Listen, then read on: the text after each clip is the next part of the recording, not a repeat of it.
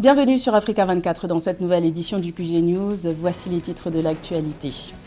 La République démocratique du Congo veut faire entendre sa voix au sein du Conseil de sécurité des Nations Unies. Le pays brigue un siège non permanent pour la période 2026-2027, une candidature soutenue par l'Union africaine et la communauté d'Afrique australe SADC. Pourtant très attendu, le sommet tripartite sur la situation à l'est de la République démocratique du Congo, prévu à Luanda le 15 décembre, a été ajourné. La partie congolaise présente n'a pas manqué de fustiger l'absence de la partie rwandaise. Le Rwanda s'en explique. Vous entendrez le chef de la diplomatie du pays aux 1000 collines dans cette édition. Et la crise post-électorale se poursuit au Mozambique. 2 mois après l'élection présidentielle du 9 octobre, l'opposant Venancio Mondlane continue de contester les résultats de la commission électorale. Il a d'ailleurs posé un ultimatum en s'adressant au Conseil constitutionnel.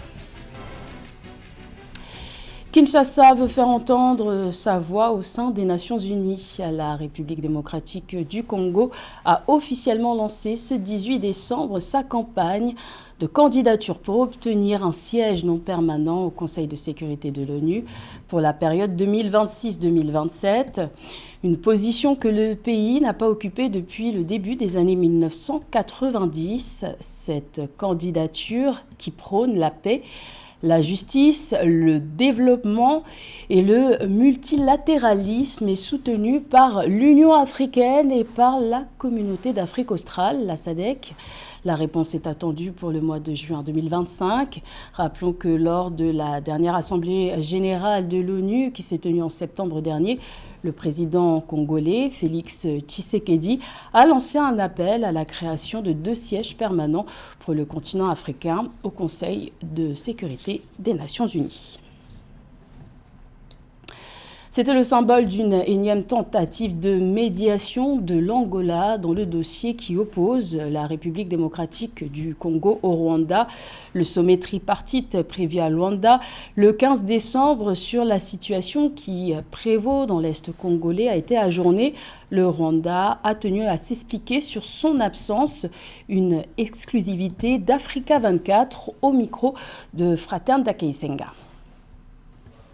Un sommet sur la sécurité à l'est de la RDC, présenté comme un sommet pour la paix, était prévu ce dimanche 15 décembre à Luanda, mais il n'a pas eu lieu. Le président angolais Joao Lourenço, médiateur de l'Union africaine, avait convié les présidents de la RDC du Rwanda, les 2 protagonistes. Si le président de la RD Congo, par sa présence, a marqué son engagement pour un dialogue, l'absence du président Paul Kagame du Rwanda a été fustigée. Une démarche nécessitant au plus haut niveau des explications que le gouvernement du Rwanda a choisi de donner en exclusivité à Africa 24 à travers le ministre des Affaires étrangères Olivier Nduhungirehe. Pour le Rwanda, des préalables qui étaient nécessaires avant la venue du président Paul Kagame n'ont pas été pris en compte. Il y avait un seul sujet à l'ordre du jour qui était la signature d'un accord entre la RDC et le Rwanda. Et pour préparer ce document, une réunion ministérielle, la 7e, avait été convoquée la veille donc pour examiner ce document et l'adopter pour les chefs d'État. Mais malheureusement, à cause de la mauvaise foi et de l'intransigeance de la RDC, on n'a pas pu adopter ce document.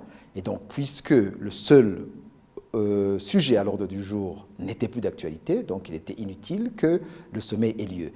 En rejetant la demande du Rwanda qui pose comme préalable une discussion directe entre les autorités congolaises et le groupe armé M23, la République démocratique du Congo accuse le Rwanda de choisir le M23 au lieu de la paix, ce que les autorités rwandaises contestent. Au cœur de ce conflit qui a fait plus de 6 millions de victimes et des déplacements massifs de la population depuis les années 1990, le M23 s'est imposé comme un facteur majeur de déstabilisation par sa capacité militaire et ses actions terroristes brutales, selon les autorités congolaises. La question des M23 est une menace sécuritaire pour le Rwanda parce que la RDC, à cause de la simulation permanente du M23 au Rwanda le pays et au gouvernement, le gouvernement congolais a donc bâti une large coalition militaire avec des soldats burundais, avec des mercenaires européens, des miliciens Wazalendo, des génocidaires FDLR.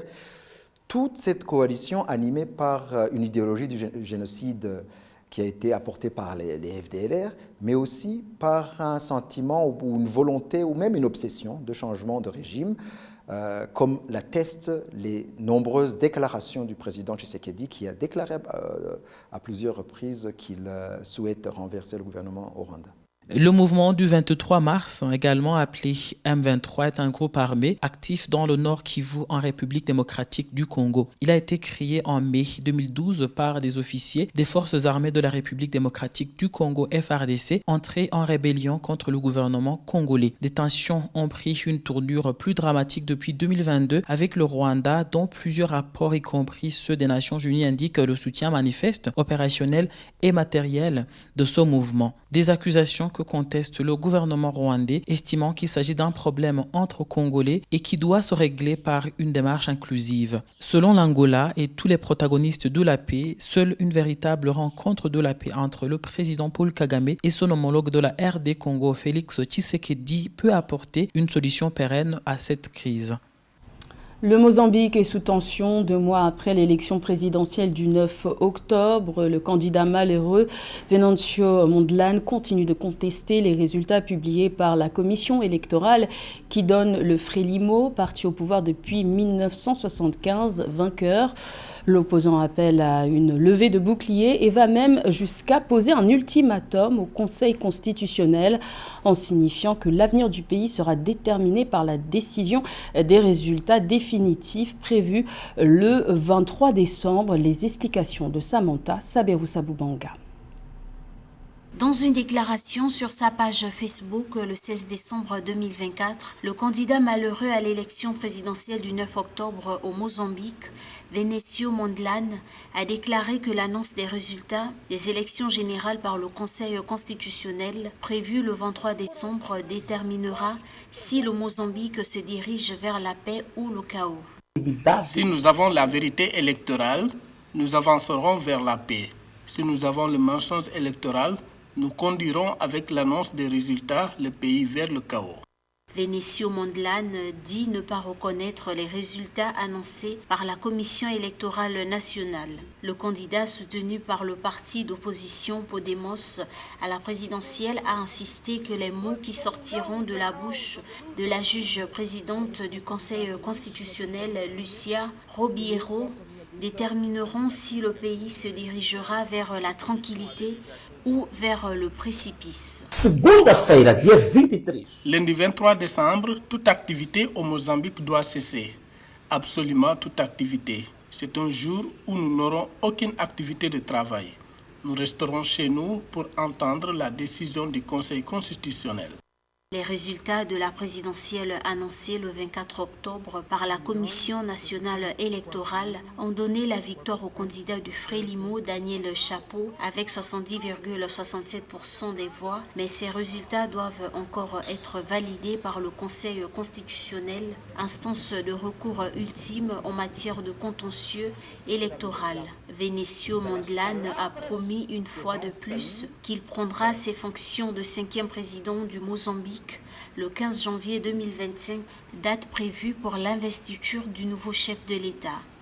Également dans l'actualité, en Guinée, le procès de l'ancien ministre de la Défense, le docteur Mohamed Diané, a connu son épilogue ce 18 décembre. La Cour de répression des infractions économiques et financières, CRIEF, l'a condamné à 5 ans de prison ferme et à 550 000 € d'amende pour détournement de deniers publics, enrichissement illicite, blanchiment de capitaux et corruption d'agents publics. La justice, qui l'accuse de s'être constitué un patrimoine immobilier colossal sur le budget de son ministère, l'a également condamné à verser la somme de près de 55 millions d'euros à l'État guinéen à titre de dommages et intérêts. Son avocat annonce vouloir faire appel de cette condamnation.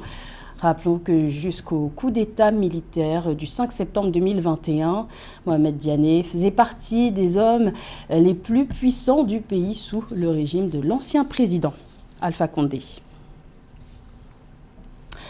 L'Algérie est candidate à la vice-présidence de la Commission de l'Union africaine. Cette annonce a été faite le 16 décembre au terme d'une tournée africaine entamée le 12 décembre par le chef de la diplomatie algérienne pour présenter l'ambitieuse vision panafricaine de l'Algérie.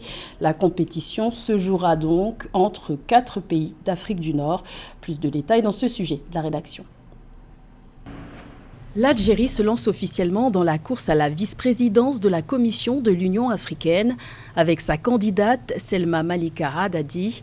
C'est le chef de la diplomatie algérienne, Ahmed Attaf, qui a lancé la campagne de l'ambassadrice le 16 décembre en marge de la visite officielle qu'il effectuait en Éthiopie en sa qualité d'envoyé spécial du président Abdelmajid Tebboune.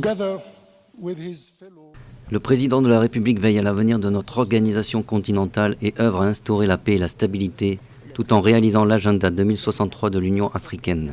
Si elle en venait à être élue au poste de vice-présidente de la Commission africaine, l'ambassadrice Selma Haddadi déploiera tous ses efforts ainsi que ceux de l'Algérie pour permettre à l'organisation de s'élever à des niveaux supérieurs en matière de performance et de gestion, avec votre confiance et votre soutien.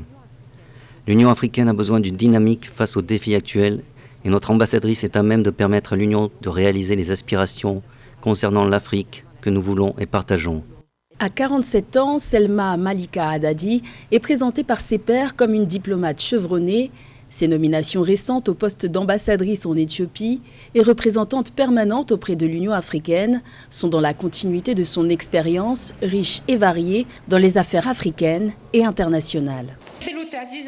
Le renforcement de la confiance et de la collaboration entre la Commission de l'Union africaine et les pays membres est une priorité pour moi. Dans cet objectif, je m'engage à instaurer une collaboration transparente et fluide au sein de la Commission d'une part, mais aussi avec la Commission des représentants permanents d'autre part. Je m'engage aussi à aider le président de la Commission de l'Union africaine à la mise en application des décisions adoptées au sein de l'Union, et ce, avec les orientations des pays membres concernant les défis auxquels nous serons confrontés pour parvenir à cet objectif. L'élection au deuxième poste le plus important de la Commission de l'Union africaine est prévue en février 2025. La compétition sera 100% féminine, puisqu'elle devrait mettre aux prises 3 autres femmes d'Afrique du Nord, en plus de l'Algérienne Selma Malika Haddadi, à savoir la Libyenne Najet Al-Hadjaji, la Marocaine Latifa Aharba et l'Égyptienne Hanan Morsi. Le padel gagne en popularité au Maroc. Ce jeu de raquettes à mi-chemin entre le tennis et le squash attire de plus en plus d'adeptes. Cette discipline sportive créée en 1969 a sa propre Coupe d'Afrique depuis 2 éditions. Une dizaine de pays abritent désormais une fédération de padel. Le point avec Christian Djimadeu. Le padel et le tennis ont en commun les balles utilisées et le comptage des points. La particularité de cette discipline sportive est qu'elle se joue uniquement en double et le service doit s'effectuer à la cuillère et les balles peuvent être jouées après rebond sur les vitres qui entourent le terrain. La Fédération royale marocaine de tennis veut accroître la popularité de cette discipline sportive. Elle a organisé ce mois de décembre la 2e édition de la Coupe d'Afrique de padel avec la participation d'éminents joueurs internationaux.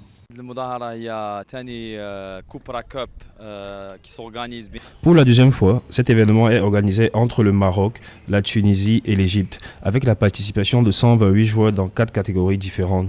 Le premier tournoi a été organisé en Tunisie et le prochain tournoi aura lieu en Égypte. Les fédérations de tennis comme celle du Maroc s'emploient à promouvoir le padel pour diversifier leurs activités, élargir l'offre sportive et attirer un public plus varié, y compris des joueurs qui trouvent le tennis trop exigeant physiquement ou techniquement. L'objectif de cet événement est d'interagir avec les joueurs et d'acquérir leur expérience.